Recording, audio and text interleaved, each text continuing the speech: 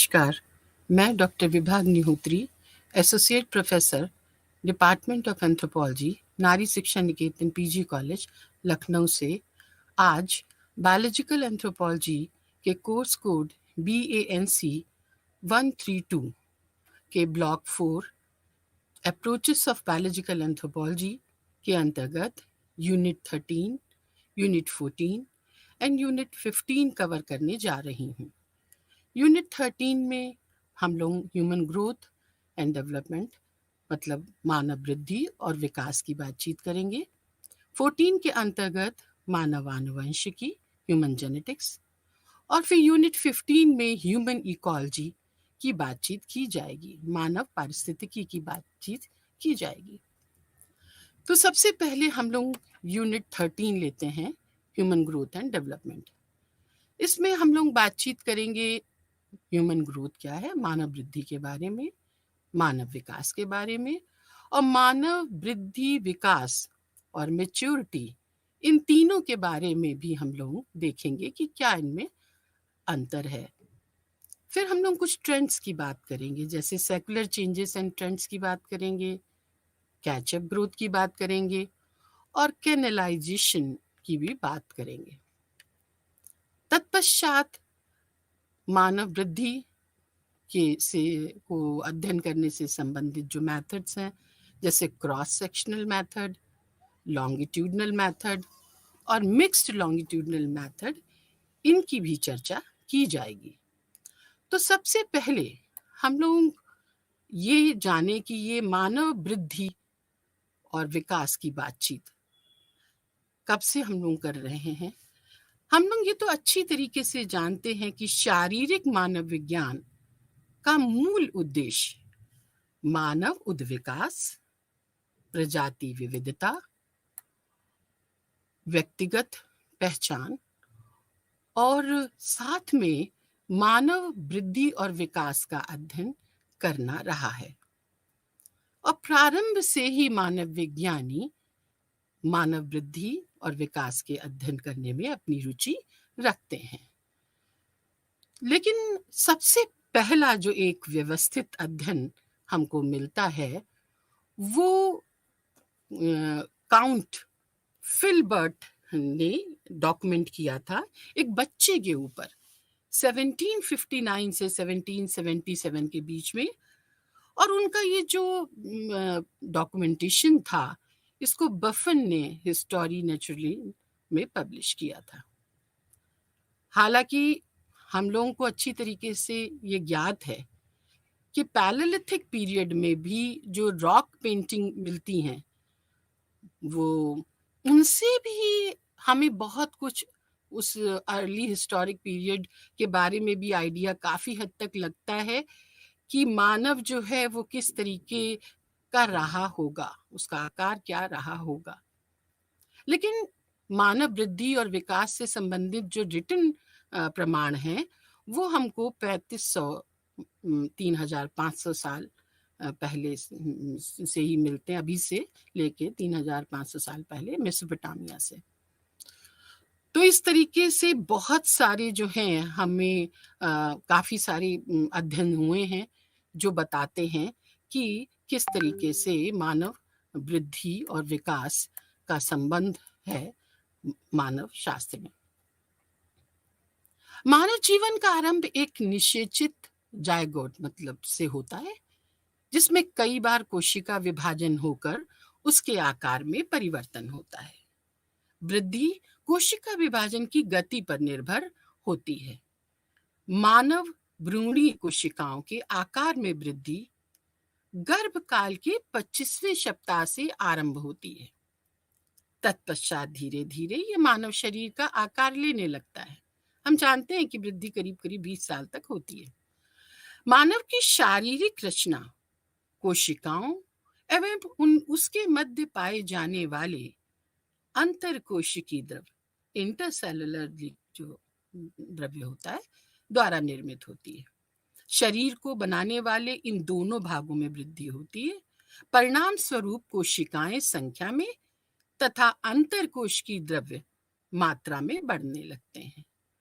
अतः वृद्धि को सामान्य रूप से आकार एवं मात्रा में परिमाणात्मक बढ़ोतरी द्वारा परिभाषित किया जा सकता है। विभिन्न वैज्ञानिकों ने वृद्धि को भिन्न भिन्न प्रकार से परिभाषित करने का प्रयास किया है। 1962 में फॉकनर ने कहा कि वृद्धि एक जटिल संघटना है तथा यह किसी भी सदस्य के आनुवंशिक विभव मतलब जेनेटिक पोटेंशियल तथा वातावरणीय कारक जो इस पर क्रियाशील होते हैं का संयुक्त रूप से उत्पाद है। सन 1986 में डेविड सिंक्लेयर ने वृद्धि के बारे में बताया कि संरचनात्मक एवं क्रियात्मक बदलाव का सीमित एवं नियंत्रित अर्थ में प्रवृत्त होना वृद्धि कहलाता है। मतलब growth tends to have the restricted meaning of anatomical and physiological changes। तो मानव वृद्धि की और विकास के बारे में हम ये कह सकते हैं कि ये एक महत्वपूर्ण जैविक प्रक्रिया है जिसमें शारीरिक, सामाजिक, आर्थिक और राजनीतिक वातावरण के बीच एक जटिल अंतर संबंध शामिल है। व्यक्तिगत स्तर पर वृद्धि को पर्यावरणीय और आनुवंशिक कारकों के बीच अंतरक्रिया माना जाता है। यह अच्छी तरह से सोचा समझा जा चुका है कि सभी मानव समूहों द्वारा साझा मानव वृद्धि और विकास का मूल पैटर्न होमोनिड्स पुरातन और आधुनिक मनुष्यों के लंबे उद्विकासी इतिहास का परिणाम है, एवोल्यूशनरी हिस्ट्री का परिणाम है। मानव सेक्सुअल प्रोडक्शन करता है, यौनिक प्रजनन करता है, इसलिए अपने माता पिता दोनों की विशिष्ट विशेषताएं साझा करता है। इस प्रक्रिया में वृद्धि और विकास की लंबी प्रक्रिया से वो गुजरता है और अपने माता पिता जैसे लक्षण प्राप्त करता है। वृद्धि के स्पष्ट चरण हैं, प्रसव पूर्व और प्रसव के बाद, जिसमें शैशवावस्था, बाल्यावस्था, किशोरावस्था, भ्रूणावस्था और जीर्णता शामिल है। प्रत्येक चरण का अपना मील का पत्थर होता है और इसका अपना महत्व होता है। मानव वृद्धि और विकास केवल एक महत्वपूर्ण प्राकृतिक प्रक्रिया नहीं है, इसमें हम इस बारे में भी सीखते हैं कि कैसे एक व्यक्ति एक निषेचित अंडे से शारीरिक, मानसिक, भावनात्मक रूप से मानव वयस्क बनकर पूरी तरह विकसित होता है। लेकिन इस प्रक्रिया का एक व्यवहारिक मानव विज्ञान और जैविक पहलू भी है जो स्वास्थ्य और पोषण की स्थिति का मूल्यांकन करने और इसे समझने में मदद करता है। तो अब हम ये देखें कि मानव वृद्धि, विकास और परिपक्वता क्या है। तो मानव वृद्धि तो ये अच्छी तरीके से क्लियर हो गया है कि शरीर के विभिन्न हिस्सों और अंगों की ऊंचाई, वजन में एक स्पष्ट वृद्धि। आमतौर पर इसे किसी व्यक्ति के शारीरिक आयाम या आकार में वृद्धि या सामान्य शारीरिक विकास में वृद्धि के रूप में समझा जाता है।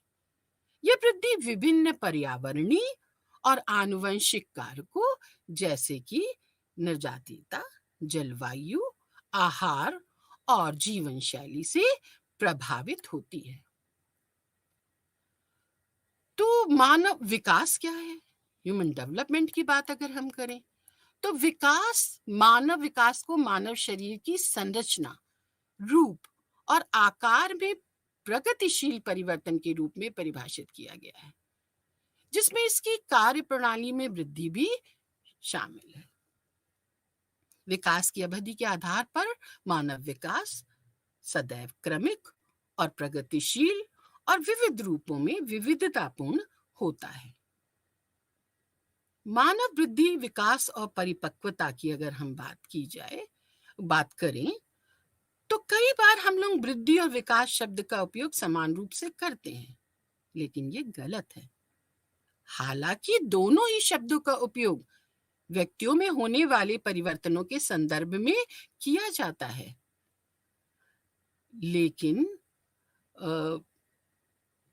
फिर भी वृद्धि आकार में परिवर्तन को संदर्भित करता है, जबकि विकास आकार में वृद्धि ही नहीं बल्कि इसमें शरीर की प्रक्रियाओं का विकास भी शामिल है, जैसे कि बुद्धि, समझ और व्यक्तित्व में वृद्धि और विकास।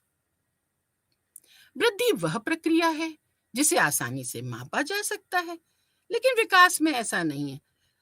विकास में ये भी नहीं हम कहेंगे कि बिल्कुल भी नहीं माप सकते हैं, विकास में भी हम माप सकते हैं। जैसे कि अगर हम ब्रेन की बात करें, तो जो ब्रेन को हम लोग उस आईक्यू लेवल माप सकते हैं, पर सब नहीं, गुणात्मक ज्यादा है, परिमाणात्मक कम है।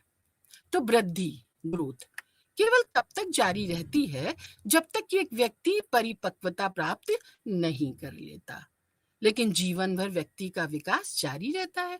विकास पूरे मानव शरीर को संदर्भित करता है, जबकि वृद्धि या ग्रोथ शरीर की विशिष्ट विशेषता को दर्शाता है, जैसे कि ऊंचाई या वजन में वृद्धि। ऐसे स्पष्ट अंतरों के बावजूद बहुत बार ये दोनों शब्द व्यवहारिक उद्देश्यों के लिए पर्यायवाची के रूप में उपयोग में लाए जाते हैं। इसके अतिरिक्त तब हम परिपक्वता की अगर बात करें, तो हम जब परिपक्व हो जाते हैं तब हम अपनी बढ़ती उम्र के साथ अपनी कार्यात्मक क्षमता में वृद्धि का अनुभव करते हैं। यह परिमाण और अवधि दोनों के संदर्भ में शारीरिक व्यायाम करने की हमारी बढ़ती क्षमता का साक्ष्य हो सकता है। परिपक्वता और विकास कार्यात्मक क्षमता में वृद्धि है। सफल परिपक्वता के लिए न केवल जैविक परिपक्वता बल्कि व्यवहारिकता और शायद सामाजिक परिपक्वता भी आवश्यक है। सबसे आम परिपक्वता संकेतक माध्यमिक यौन विकास, कंकाल परिपक्वता और दंत परिपक्वता है, ऐसा कैमरून और बोगिन ने 2012 में कहा था। तो ये अच्छी तरीके से क्लियर हो गया है। अगर ग्रोथ को बात करें, तो ग्रोथ जो है केवल शारीरिक फिजिकल एस्पेक्ट तक ही सीमित है, जबकि विकास जो है इसके अंतर्गत इमोशनल, सोशल और कॉग्निटिव भी आता है। ग्रोथ पूर्णतः क्वांटिटेटिव है, जबकि डेवलपमेंट, विकास जो है क्वांटिटेटिव भी है और क्वालिटेटिव है। ग्रोथ एक खास पीरियड में ही होती है, जबकि विकास जीवन पर्यंत चलने वाली प्रक्रिया है। तो उसके बाद ये अब क्लियर हो गया कि ग्रोथ मतलब मानव वृद्धि, विकास और परिपक्वता क्या है। अब आगे की हम लोग लेंगे कुछ ट्रेंड्स ग्रोथ से संबंधित। तो इसमें हम लोग बात करेंगे सेकुलर ट्रेंड्स की, और उसके बाद कैचअप ग्रोथ की बात करेंगे, और उसके बाद कैनलाइजेशन की हम बात करेंगे। तो सबसे पहले सेकुलर चेंजेस एंड ट्रेंड्स। अगर हम ग्रोथ की बात करेंगे तो हमें ये अच्छी तरीके से पता है कि ग्रोथ जो है, वृद्धि हमारी एक पैटर्न में होती है। वो जो है विकास के लिए, सेकुलर परिवर्तन शब्द विकास के लिए जब भी उपयोग किया जाता है, तो इसका अर्थ है समय के साथ किसी भी जनसंख्या में या पॉपुलेशन में बच्चों के विकास के विशेष पैटर्न में परिवर्तन होना। कुछ लोग परिवर्तन की जगह प्रचलन शब्द का प्रयोग करते हैं, लेकिन सामान्य तौर पर हम ये समझते हैं कि सेकुलर प्रचलन का तात्पर्य दीर्घकालीन अप्रत्यक्ष परिवर्तनों से है, जबकि सेकुलर परिवर्तन समय से जुड़े किसी भी बदलाव को संदर्भित करता है। ये बात कैमरन ने 2002 में कही थी। सरल शब्दों में हम कह सकते हैं कि सेकुलर प्रचलन, ट्रेंड्स जो होते हैं, विकास या परिपक्वता का त्वरण या मंदता है। मतलब अगर तेजी से एकदम से होने लगे या धीमे हो जाए, जैसा कि एक अवधि में ऊंचाई, वजन या सब में परिलक्षित होता है। वृद्धि के संदर्भ में सेकुलर प्रचलन को सकारात्मक, नकारात्मक या अनुपस्थित के रूप में परिभाषित किया जाता है। सकारात्मक सेकुलर प्रचलन अर्थात आकार में वृद्धि और पूर्व परिपक्वता होता है। कुछ जनसंख्या में नकारात्मक सेकुलर प्रचलन का कोई प्रचलन नहीं है या अनुभव नहीं किया है, लेकिन इसमें विकसित देशों के लिए सकारात्मक सेकुलर प्रचलन, ट्रेंड्स जिसे कहते हैं, और मासिक धर्म में सेकुलर ट्रेंड्स का वर्णन किया जाता है। और इसके बाद शरीर के अनुपात और संरचना में सेकुलर चेंजेस जो होते हैं उनकी संक्षिप्त चर्चा की जाती है। विकासशील देशों के आंकड़े तीनों प्रकार के सेकुलर ट्रेंड्स का वर्णन करते हैं।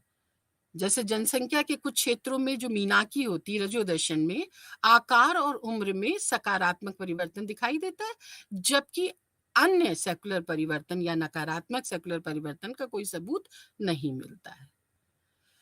तो हम ये कह सकते हैं कि पहले की यूरोपीय आबादी अनुमानित प्रतिमाओं की तुलना में एक नकारात्मक सेकुलर प्रश्न का सुझाव देती है, अर्थात लगभग 11वीं से 19वीं शताब्दी के अनुमानित कद में गिरावट आई, जिसके बाद 19वीं शताब्दी के मध्य में शुरू होने वाले सकारात्मक ये प्रचलन दिखाई देते हैं।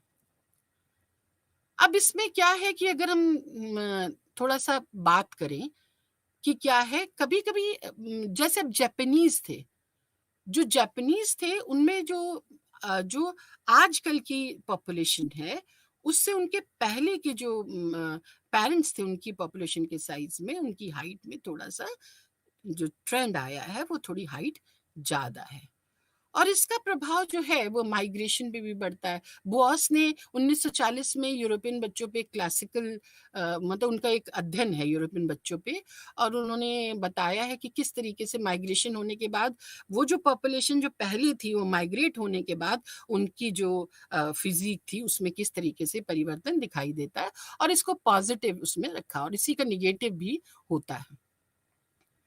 तो हम लोग ये जो ट्रेंड्स की बात कर रहे थे, पॉजिटिव ये सेकुलर परिवर्तन, उसके बाद हम बात करेंगे कैचअप वृद्धि। कैचअप वृद्धि क्या है? ये छोटे बच्चों में देखे जाने वाली एक नियमित घटना है। यह वृद्धि की कमी के कारकों को खत्म करने के पश्चात विकास मंदता की अवधि के समाप्त होने के बाद दिखाई देती है। और होता क्या है, जब रिटार्डेड ग्रोथ है उसके बाद असामान्य रूप से उच्च वेग के साथ तत्काल वृद्धि त्वरण एकदम से तेजी से जो है वो ग्रोथ बढ़ती है, और जिसके बाद एक प्रगतिशील मंदी के साथ मूल या सामान्य वृद्धि मार्ग तक पहुंच जाता है। कभी कभी ऐसा भी होता है कि बीमारी वगैरह जब हुई तो उसके बाद फिर ठीक हुए तो फिर एकदम से ग्रोथ हुई। ये जो कैचअप ग्रोथ की बात है, द टर्म कैचअप ग्रोथ, इसको सबसे पहले ए प्रैडर, जी एम टैनर और जी ए वॉन हरनाक ने 1963 में कहा था। उन्होंने कहा था कि किस तरीके से जब एक बार ग्रोथ की वेलोसिटी में काफी मंदता होती है और उसके बाद फिर वो कारण बंद हो जाते हैं तो बहुत तेजी से ग्रोथ होती है। लेकिन ये बात है कि कैचअप वृद्धि हमेशा पूरी नहीं होती है, और यह कारक की उपस्थिति के समय गंभीरता और अवधि पर भी निर्भर करती है। यह विशेष रूप से हार्मोन की कमियों के उपचार में सही प्रतीत होती है। प्रारंभिक निदान में अक्सर देरी होती है क्योंकि इसका पता तब तक नहीं चलता जब तक कि बच्चे को अन्य बच्चों के संबंध में नहीं देखा जाता है, या कद में कमी स्पष्ट नहीं हो पाती। अगर कद में कमी दिखाई दे रही तभी वो लोग ध्यान देते हैं। आमतौर पर एक हार्मोन की कमी जैसे वृद्धि हार्मोन की कमी परिपक्वता में देरी का कारण बनती है, और उसके बाद फिर जब उपचार करते हैं तो उपचार की प्रति प्रतिक्रिया कालानुक्रमिक आयु, ऊंचाई, वजन और कंकाल की परिपक्वता जैसे कुछ स्पष्ट कारकों पर निर्भर करती है। अर्थात बच्चे की यह कमी कब तक की है, ऊंचाई और वजन में कमी कितनी गंभीर है और परिपक्वता कितनी प्रभावित है, ये इस पर निर्भर करती है। तो इसके बाद अब तीसरी चीज पे हम लोग आ रहे हैं, कैनलाइजेशन। कैनलाइजेशन जो है ये सबसे पहले शब्द यूज किया था 1957 में सी एच वाडिंगटन ने, और इन्होंने कैनलाइजेशन के बारे में ये बताया कि उन्होंने कहा कि वृद्धि का एक पैटर्न प्रदर्शित होता है जो किसी विशेष केंद्र के समांतर या कुछ काल्पनिक कैनाल के समांतर होता है, और इसीलिए इन्होंने इसको कैनाल से कैनालाइजेशन या होमियोरेसिस कहा है। उन्होंने कहा कि इस बात की सबसे अधिक ये संभावना होती है कि ये जो ग्रोथ का पैटर्न है ये आनुवंशिक रूप से निर्धारित हो, और ये एक पूर्व निर्धारित वृद्धि लक्ष्य की तलाश में रहता है। इसके अनुसार जो है वयस्क कद के लिए आनुवंशिक क्षमता और वातावरण दोनों का प्रभाव पड़ता है, तो हम अच्छी तरीके से जानते हैं। लेकिन ये बताते हैं कि जो वृद्धि का वेग होता है, जो वृद्धि ये पूरे टाइम फिक्स नहीं रहता है। जन्म के समय एक उच्च वेग दिखता है, जो लगभग 3 वर्ष की आयु तक त्वरित अवनंदन दिखाता है। उसके बाद युवावस्था तक कम और धीरे-धीरे होने वाले वेग की अवधि होती है। यौवन एक बढ़े हुए वेग के साथ शुरू होता है और चरम वेग की उम्र के बाद एक अवमंदन दिखता है, फिर थोड़ा सा धीमे हो जाता है जब तक की वृद्धि बंद नहीं हो जाती। लंबी अवधि में इसकी अनियमितता को ध्यान में रखते हुए एक जो लीनियर ग्रोथ होती है, रैखिक विकास, एक गतिशील और जटिल प्रणाली के नियंत्रण में होना चाहिए, जो बढ़ते बच्चे को विचलन के बाद वृद्धि के अपने पथ पर वापस ला देता है। तो वृद्धि की एक संकीर्ण और पूर्वानुमान योग्य ट्रैक रखने की इस प्रवृत्ति को ही हम कैनलाइजेशन कहते हैं। और कैचअप वृद्धि के लिए यह एक पूर्व आवश्यकता है। इसके बाद हम लोग कैचअप की, जैसे कि अभी हमने बात की थी। तो कैनलाइजेशन हमने अभी देखा, सेक्युलर ट्रेंड, कैचअप और कैनलाइजेशन। लेकिन अब हम यहाँ पे एक बात और भी देखना चाहेंगे कि ग्रोथ और वृद्धि और विकास की अध्ययन करने के लिए कौन कौन सी मुख्य विधियां हैं। देखिए 3 हैं मेन। एक है वर्गगत विधि, जिसे क्रॉस सेक्शनल मेथड कहते हैं। दूसरा अनुदैर्ध्य विधि, लॉन्गिट्यूडनल मेथड है। और जो तीसरी है आंशिक या मिश्रित विधि, सेमी या लॉन्गिट्यूडनल मेथड। तो ये जो क्रॉस सेक्शनल मेथड है, इसका सबसे ज्यादा प्रयोग किया जाता है क्योंकि ये बहुत सरल और कम खर्चीली है। इसमें क्या करते हैं कि अध्ययन के लिए सबसे पहले अलग अलग आयु के बच्चों को भिन्न भिन्न समूह बना लिए जाते हैं। प्रत्येक समूह एक भिन्न आयु समूह का प्रतिनिधित्व करता है। इसके बाद इन अलग अलग समूह के बच्चों पर एंथ्रोपोमेट्री मतलब मानवमिति की मानक पद्धतियों द्वारा वृद्धि के अध्ययन से संबंधित मापे लिए जाती, मेजरमेंट्स लिए जाते हैं। प्रत्येक समूह के बच्चों पर माप केवल एक ही बार ली जाती है। इस प्रकार से इस विधि द्वारा प्रत्येक आयु समूह के परिणाम भी शीघ्रता से प्राप्त किए जा सकते हैं। सन 1962 में फॉकनर, जिनका नाम मैंने पहले भी लिया है, ने इस विधि के संदर्भ में बताया कि जो वर्गगत विधि है, क्रॉस सेक्शनल विधि के द्वारा किसी भी जनसमूह की वृद्धि परीक्षण निश्चित आंकड़ों के आधार पर, जो कि निश्चित आयु से संबंधित रहते हैं, की जा सकती है। यह विधि विभिन्न जनसमूहों के सर्वेक्षण के लिए अधिक उपयोगी होती है। वर्गगत विधि द्वारा किसी जनसमूह के स्वास्थ्य एवं पोषण का संबंध वृद्धि की प्रगति को निर्धारित करने के लिए भी किया जाता है। इसके अतिरिक्त विभिन्न जनसमूहों में अलग अलग कारकों द्वारा प्रभावित वृद्धि का तुलनात्मक अध्ययन भी किया जा सकता है। विभिन्न देशों में अलग अलग जनसमूहों में वृद्धि की ट्रेंड्स ऑफ ग्रोथ को भी हम लोग माप सकते हैं, ज्ञात कर सकते हैं। और उसके बाद बच्चों में वृद्धि का क्या स्तर है, कौन से कारक इसकी ग्रोथ में बाधा उत्पन्न कर रहे हैं, इससे भी समझा जा सकता है। और यही जो भी हमने पहले आप लोगों को बताया था कि यह प्रक्रिया ही सेक्युलर ट्रेंड ऑफ ग्रोथ कहलाती है। इसे हम लोग जान सकते हैं कि क्या वहां का पैटर्न है, ट्रेंड क्या है किसी भी देश का। प्रत्येक देश के बच्चों की शारीरिक वृद्धि में विविधता पाई जाती है तथा अच्छा वातावरण एवं पोषण बच्चों में वृद्धि के लिए, ग्रोथ के लिए उत्तरदायी होता है। बच्चों की शारीरिक वृद्धि में विभिन्नता का कारण वृद्धि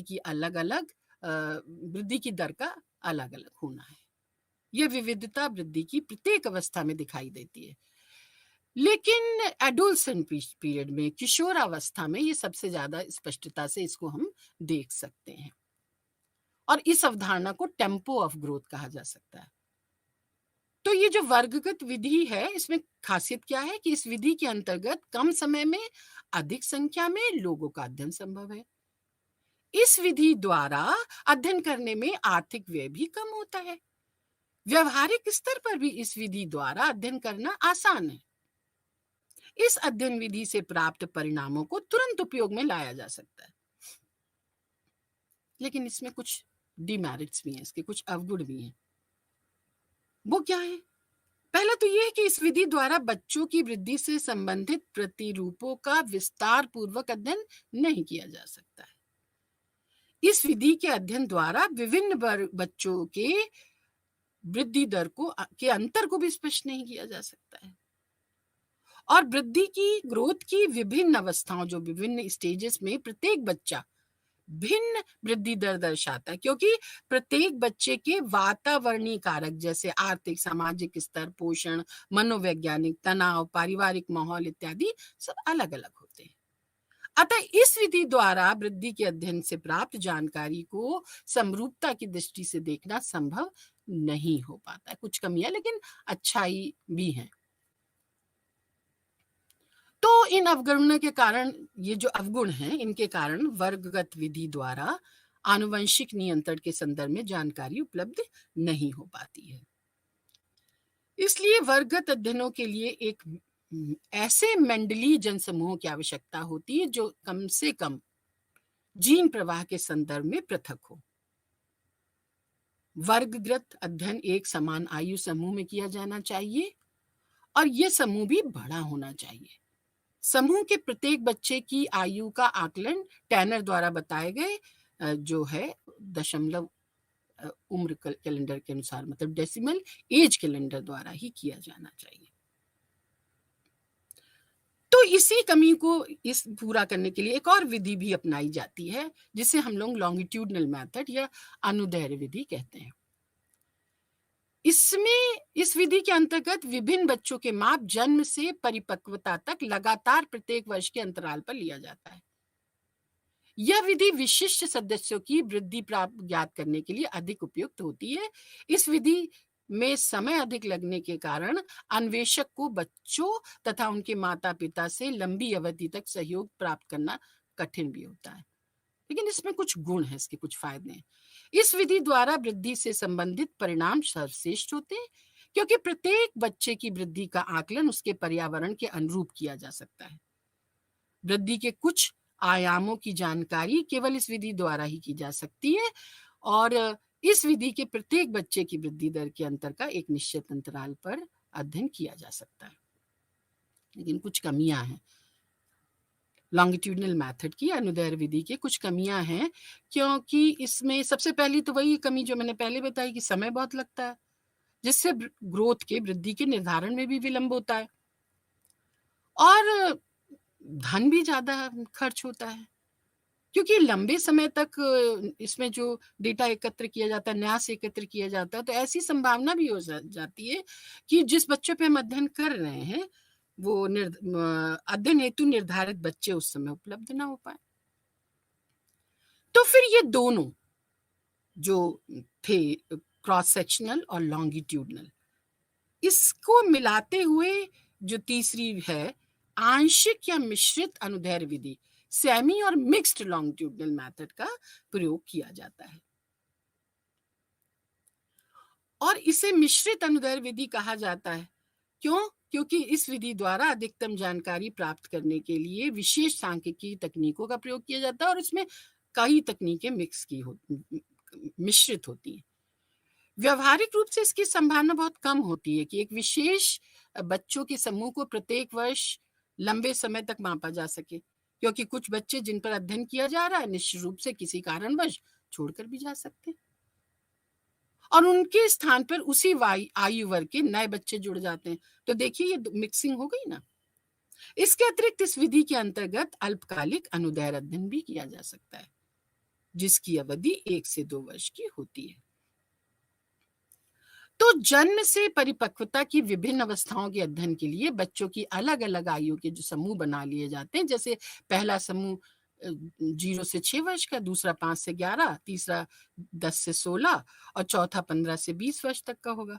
इस प्रकार संपूर्ण आयु वर्ग, अब ये संपूर्ण आयु वर्ग कहाँ से हो गया? 0 से 20 तक का हो गया, और इस आधार पर ग्रोथ की वेलोसिटी के वार्षिक मध्यमान का आकलन भी कम समय पे कर लिया, और उसके पश्चात हम लोग अध्ययन कर सकते हैं।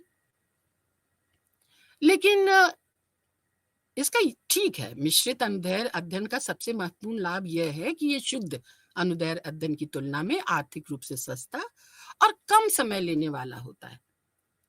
इसके अतिरिक्त ये अध्ययन वृद्धि दूरी मतलब विकास की स्थिति और वृद्धि वेग कर्व जो होता है विकास दर के बारे में जानकारी प्रदान करके दोनों तरीकों में सर्वश्रेष्ठ आंकड़े प्रदान करता है। लेकिन इसमें कमी है। इसमें जो है मिश्रित अनुदैर्ध्य आंकड़े के माध्यम से विभिन्न शारीरिक मापदंडों के वृद्धि वेग का मूल्यांकन नहीं किया जा सकता है, क्योंकि इनको करना और इनकी स्टैटिक्स लगाना भी एक कठिन काम है। तो इस तरीके से हम ये 3 मेथड्स को यूज करके हम जान सकते हैं ग्रोथ एंड डेवलपमेंट के बारे में। इनका यूज क्या है, जल्दी जल्दी संक्षेप में बात करते हैं। तो पहले तो सबसे पहली चीज है कि हमारे स्वास्थ्य के बारे में बताता है, और एक किसी भी राष्ट्र के स्वास्थ्य, जो अच्छा स्वास्थ्य होगा तो वो नेशन भी, राष्ट्र भी हेल्दी होगा।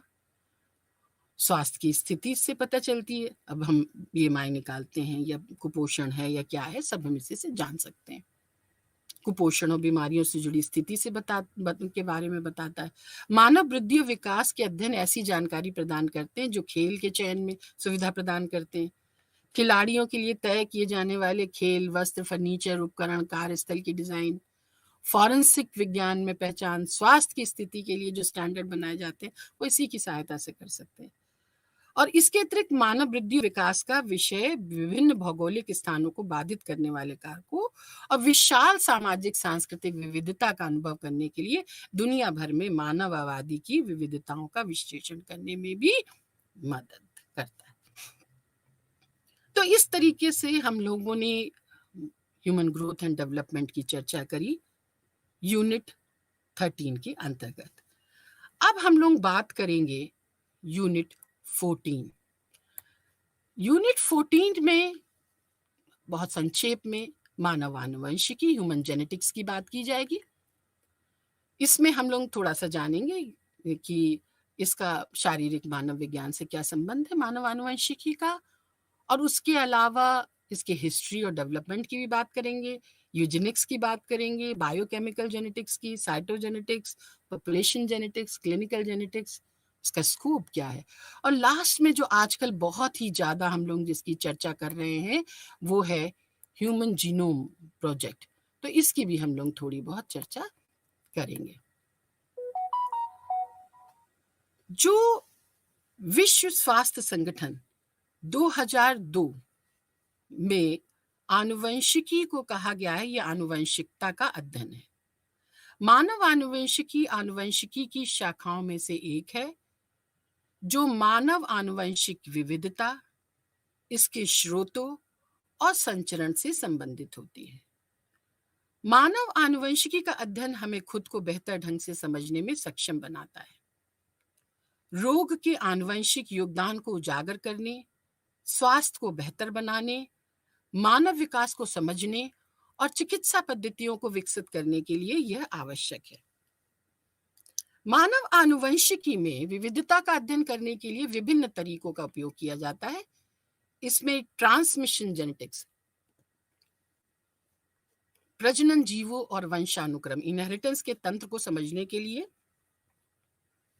उनके शिशुओं में लक्षणों की जांच करना आवश्यक है। साइटोजेनेटिक टेक्निक, जिसमें हम सेल के, कोशिकाओं के प्रजनन के तंत्र और प्रक्रिया का अध्ययन करते हैं।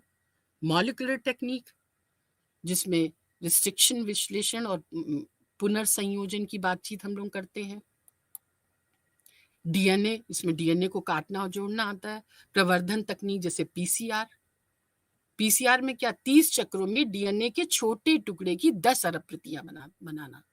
संकरण तकनीक जैसे कि प्रतिदीप्ति अवस्थी संकरण, फ्लोरेसेंसिंग हाइब्रिडाइजेशन की सिचुएशन होती है।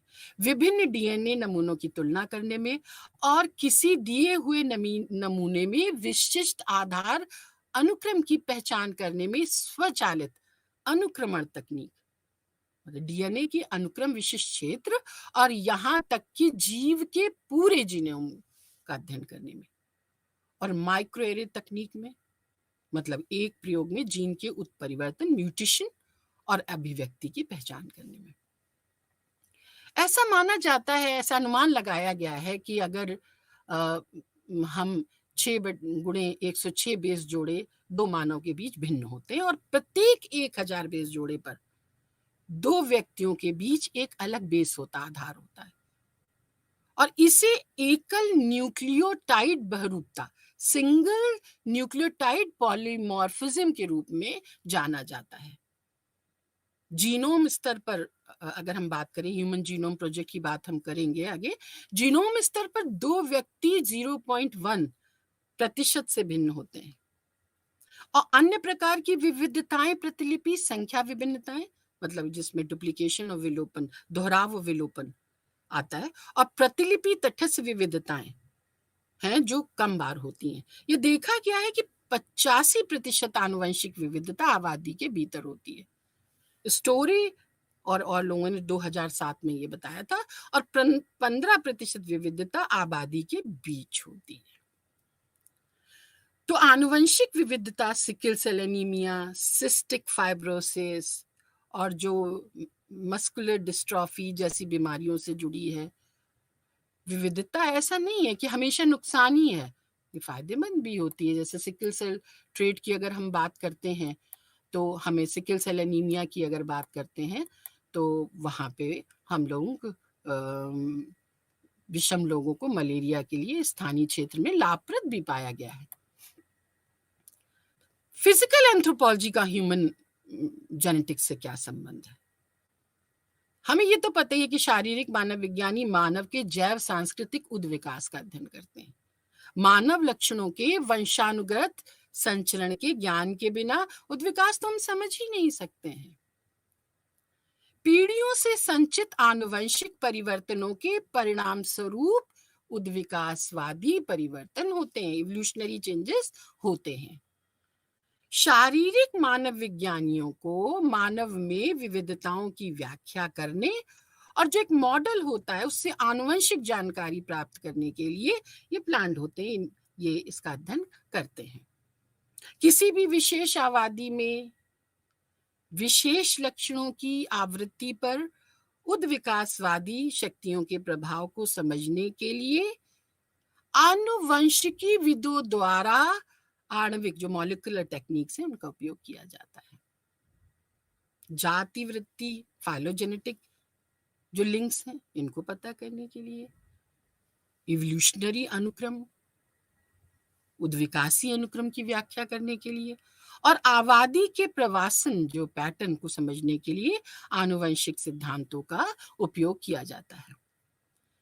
बीमारी के प्रति संवेदनशीलता और विशेष पर्यावरण के प्रति अनुकूलन को भी उद्विकास के संदर्भ में समझा जाता है। बीमारी के वंशानुगत संचरण को समझने के लिए और विशेष बीमारी की जीन की पहचान करने के लिए शारीरिक मानव विज्ञानी जो है ये मानव आनुवंशिक विदों की सहायता प्रारंभ से ही लेते आए हैं।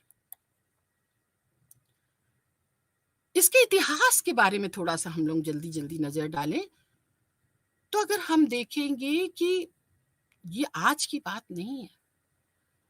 मनुष्यों के बीच वंशागत से मिले अंतरों के बारे में जो यूनानी थे उनको भी ज्ञान था।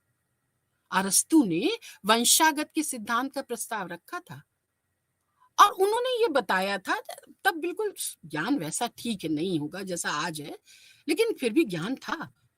उन्होंने जो बताया था, उन्होंने कहा था कि पुरुष संवेग में योगदान देता है और महिला इस मामले में तत्व प्रदान करती है। उन्होंने कहा जब रिप्रोडक्शन होता है तो अगर जब मेल ज्यादा प्रभावी होता है तो बेटा होता है, पिता जैसे दिखता है, और महिला का प्रभाव मजबूत होता है तो बेटी होती है जो माँ की तरह होती है। प्लेटो ने ईसा पूर्व 360 में इसकी वकालत की थी। और वो ये भी कह रहे थे कि दोनों सेक्सेस में जो सबसे अच्छे हैं उन्हीं बच्चों को जन्म देना चाहिए, मतलब जो लोग अच्छे लोग हैं उन्हीं को ही देना चाहिए। 1605 में मैकार्डो ने अपनी पुस्तक डी मोर्बिस हेरेडिटोरिस में उल्लेख किया कि जो माता पिता हैं वही भविष्य की संतान के लिए एक बीज का योगदान करते हैं। मालपी ने भी एक परिकल्पना को देखा, और उसके बाद तो अब हम लोग बहुत कुछ पहले से ही जानते हैं कि 1677 में लिवेनहॉक ने कैसे स्पर्म की खोज की। गोट और जो कॉर्लियोटर ने प्लांट मॉडल का उपयोग करते हुए आनुवंशिकता पे जांच की। इसी पे ही तो मेंडल के प्रायोगिक कार्यों की नींव रखी गई थी। और उसके बाद तो आप लोग सब अच्छी तरीके से जानते हैं किस तरीके से मेंडल आए, गैलन आए। मेंडल ने जो अपने 3 कानून दिए थे, एक रूपता का कानून, अलगाव का कानून, लॉ ऑफ सेग्रीगेशन, और लॉ ऑफ इंडिपेंडेंट असॉर्टमेंट, स्वतंत्रता का कानून, ये सब बताया, जिसके बाद तो बहुत ज़्यादा हमारे उद्योग विकास के अध्ययनों में बहुत ज़्यादा नवीनता आई। 1900 में जो है काफ़ी सारे ह्यूगो डी वेरीज और कार्ल कॉर्डस्टोपोडिस और एरिच वॉन का जो था, इन सब ने भी अपने काम दिया था।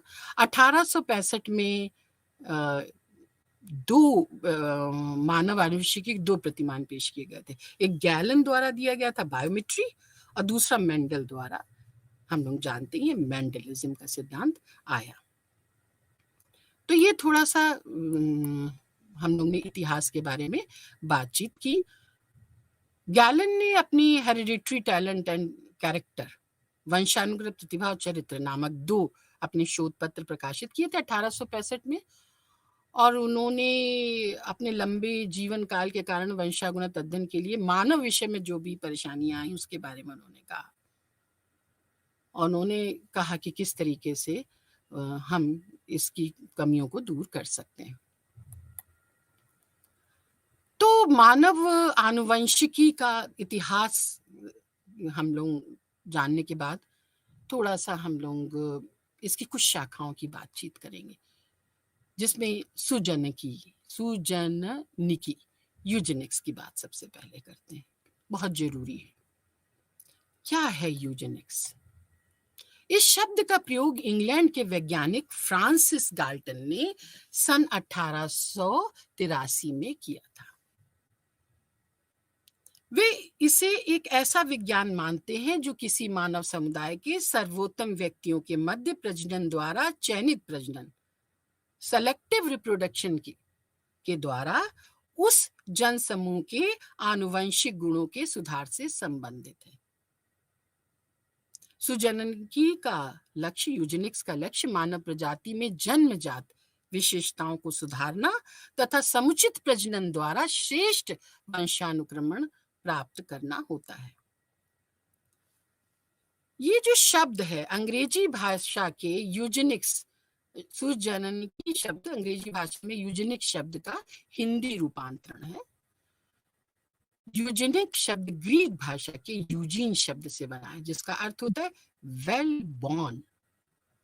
19वीं शताब्दी के पूर्व तक सुजननिकी के विषय में लोगों को बहुत अधिक ज्ञान नहीं था, परंतु इसी शताब्दी के अभी अंत तक फ्रांसिस गाल्टन, और जो 20वीं शताब्दी के अंत तक फ्रांसिस गाल्टन और कार्ल पियर्सन ने इसमें काफ़ी सारी इसमें रुचि हुई, और उसके बाद उन्होंने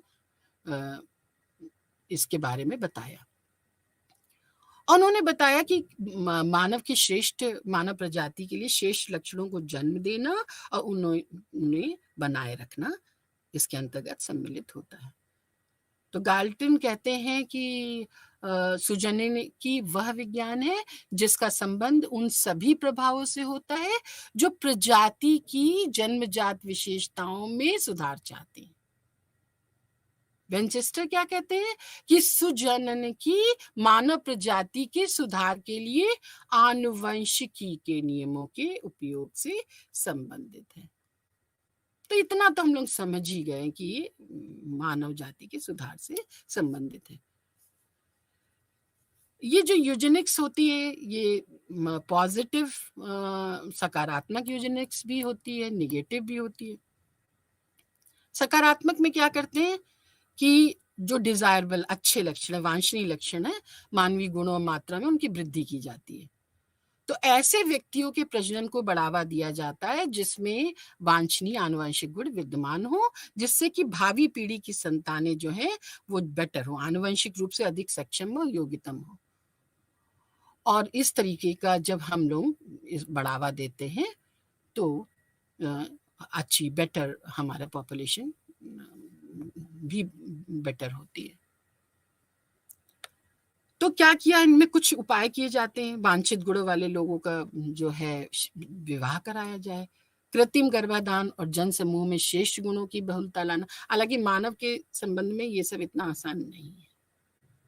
जन्म द्रव्य को नष्ट होने से रोकना, जेनेटिक काउंसलिंग प्राप्त करना, आनुवंशिक परामर्श तो अब काफी लोग लेने लगे हैं, जेनेटिक रिसर्च को प्रोत्साहन देना, ये सब है जिससे पॉजिटिव यूजेनिक्स कहते हैं, जिससे कि हम बेटर संतान उत्पन्न कर सकते हैं।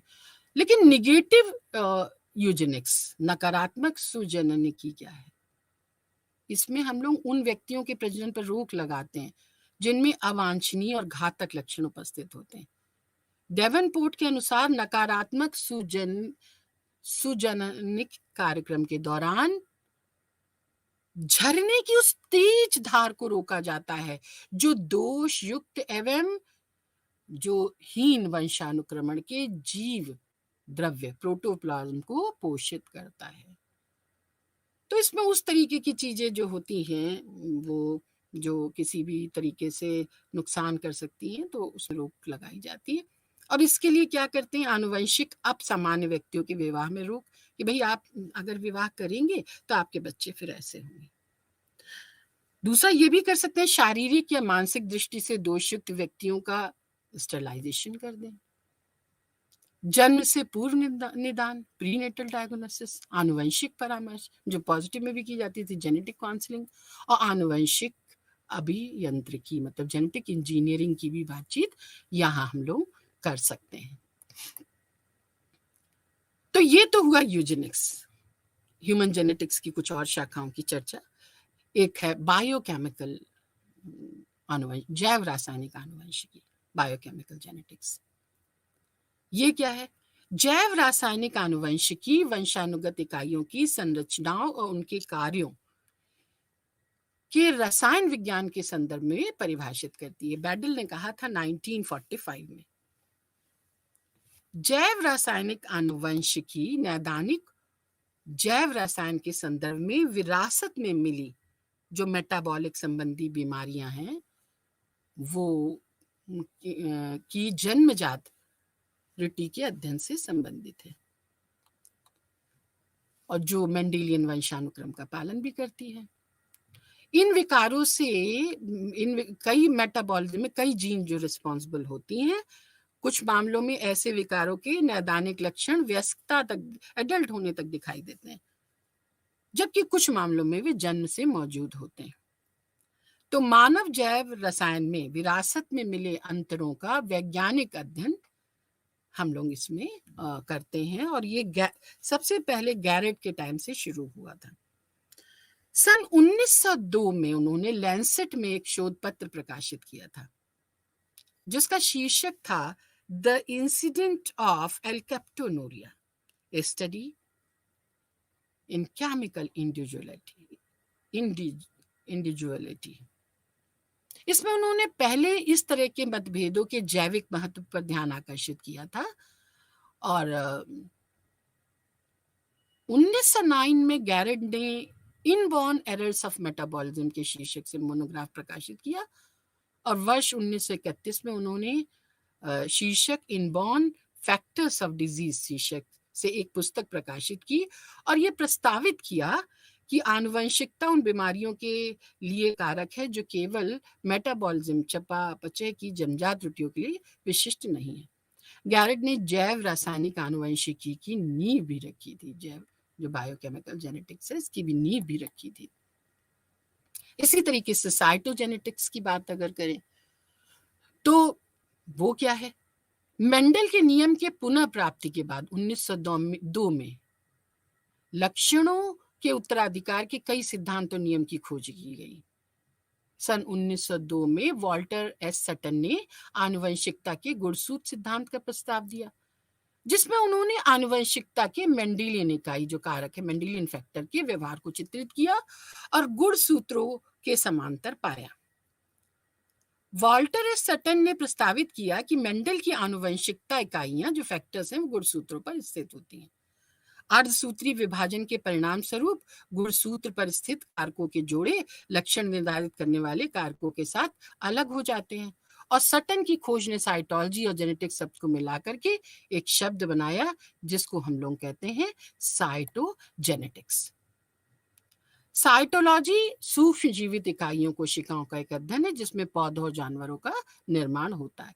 साइटोजेनेटिक्स के अध्ययन में कई तरीके होते हैं, कैरियोटाइपिंग होता है और उसके बाद जो है डीएनए अनुक्रम वगैरह का भी अध्ययन किया जाता है।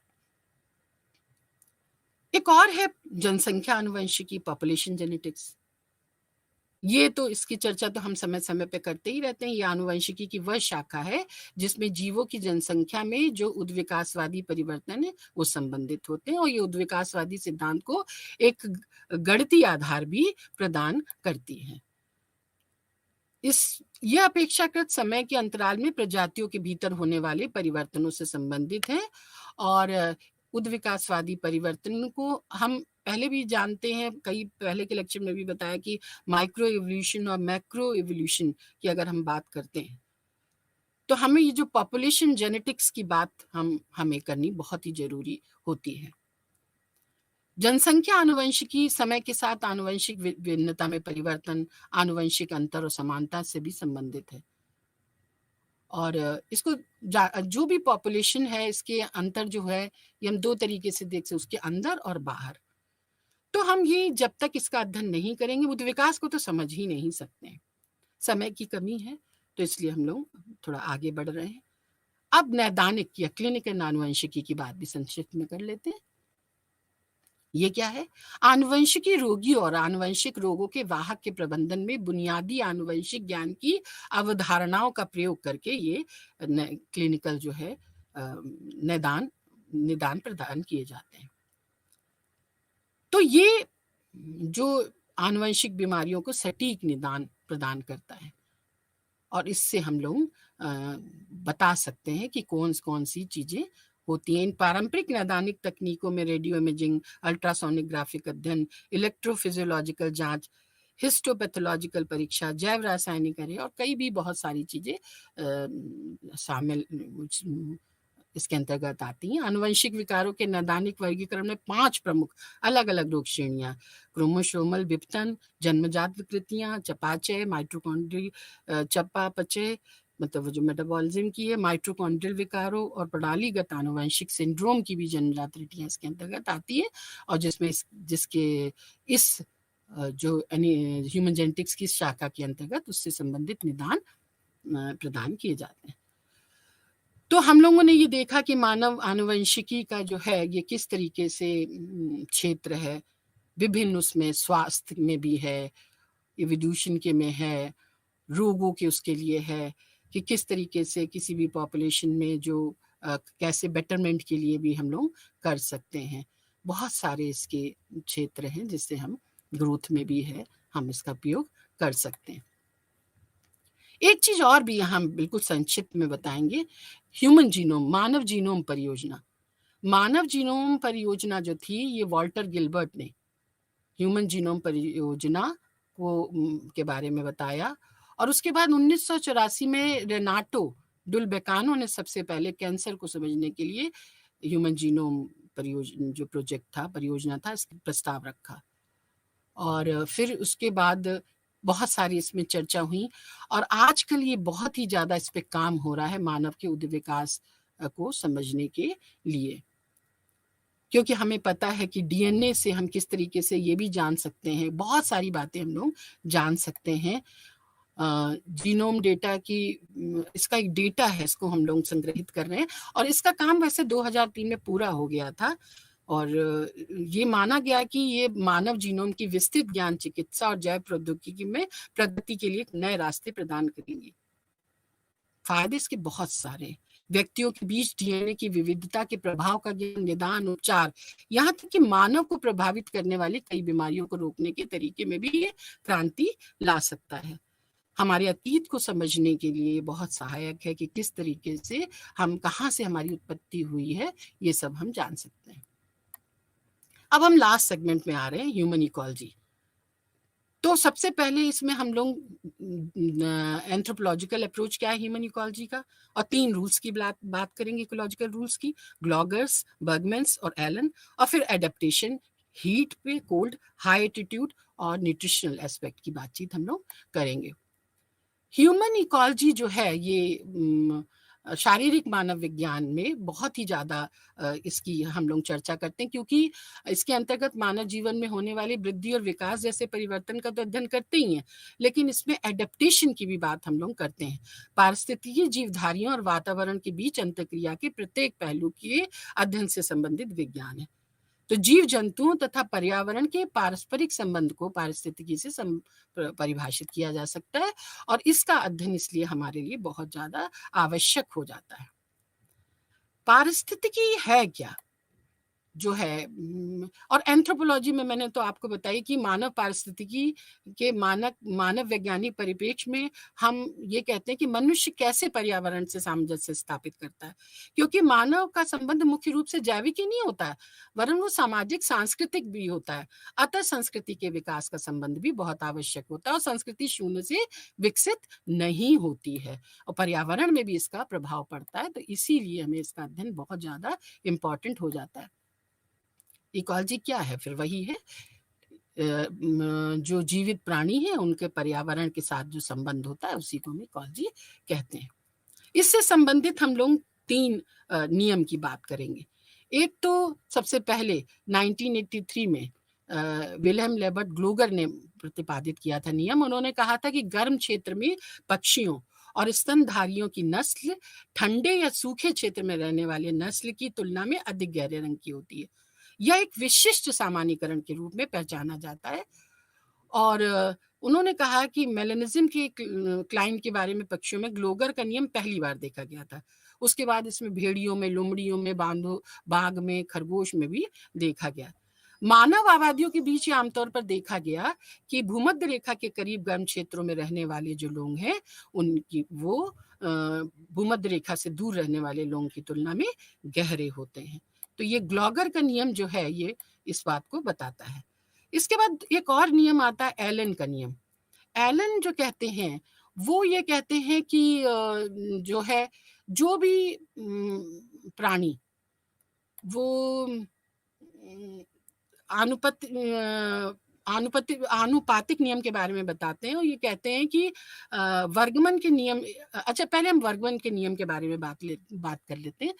इसी से रिलेटेड एक वर्गमन का नियम है। वर्गमन का नियम है वो 1847 में कार्ल बर्गमन ने दिया था, और उन्होंने कहा कि ठंडी जलवायु में रहने वाले पक्षियों और स्तनधारियों की प्रजातियां गर्म जलवायु में रहने वाले पूर्वजों से बड़ी होती हैं। यह पक्षियों और स्तनधारियों की विस्तृत श्रृंखला पर लागू होता है। तो उन्होंने कहा कि इस तरीके से जो ठंडे में रहेंगे वो गर्म वाले से बड़े होंगे। एलन ने जो कहा, उन्होंने वर्गमन के नियम का विस्तार कहा। उन्होंने कहा कि शरीर के कुछ हिस्से जो होते हैं वो विस्तार हो जाता है, जैसे गर्दन, पूंछ और पैर और कान वगैरह शामिल होते हैं।